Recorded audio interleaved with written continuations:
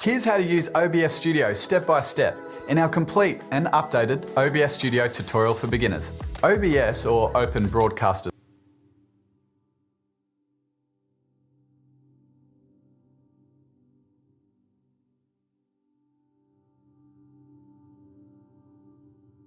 really fast. So here we are in OBS. I'm going to take you through this walkthrough using a Mac, but the process is exactly the same if you're on a PC as well. Now this is a brand new fresh install of OBS, so this is what you'll see if you've never opened the app before. The big black box here in the middle is your preview area. This is where you can see what it is you're going to be broadcasting out. Down the bottom here we've got our controls. This is where we can start streaming, start recording. We can switch between this preview mode and studio mode. So if I press on this now, you can see that we have our program monitor, which is what we're pushing out. This is exactly the same as what you were seeing before, but now we've actually got a preview as well. Now it is a little confusing because the other side's called preview mode and this is the preview here. We can queue things up on this side, and then when we press this transition button here, then it will actually send it live. So if you have to be moving graphics and those sorts of things around and you want to not be doing it while you're live, or the viewers aren't watching what you're doing while you're live, then you can use this mode, studio mode, to have that ability. For me personally, if I don't need that while I'm live, I'm going to go back to the regular mode, and you can just do that by clicking studio mode again, and it will take you back to that with just the one big preview window. This is something you can switch between while you're live. The next one down here is the settings button. This will bring up all the settings for OBS. We'll jump back into this one very shortly. Down here in the bottom right hand corner, you can actually see your CPU usage. So you can see if your computer is under load and you're potentially dropping frames or having a bad live stream if your computer is under too much stress. So you can see all that at a glance just right down the bottom just here. You can also see easily how long you've been live for, or how long your recording has been going for as well. The next panel along to your left is the transition panel. This is where we can adjust the different types of transitions we have between the different scenes. We'll get to scenes in a minute, but know that you can adjust your transitions right here. Or if we're back in that studio mode like I showed you before, your transitions are also in the middle here as well.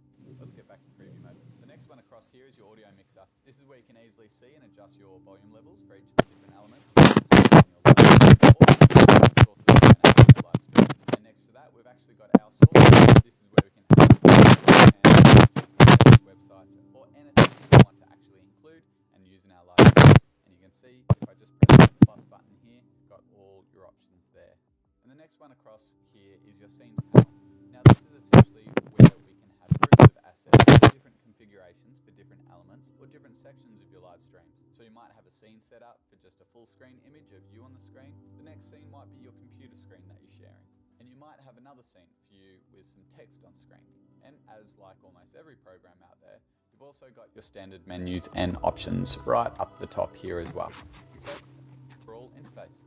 Okay, let's jump into getting OBS. So come down the bottom here to settings. Now a lot of the settings in here are personal preference, and also going to come down to the type of live stream or the type of recording you're actually going to do. Things like how it looks, the theme, whether you want dark mode enabled, or Yami default. Not sure why they called it that, but let's go with the Yami. So you can choose what theme you want. Likewise with some of these output confirmations here, things like being able to dialog box when you're starting a stream, or showing one when you're stopping a stream. This is what I'll normally have on.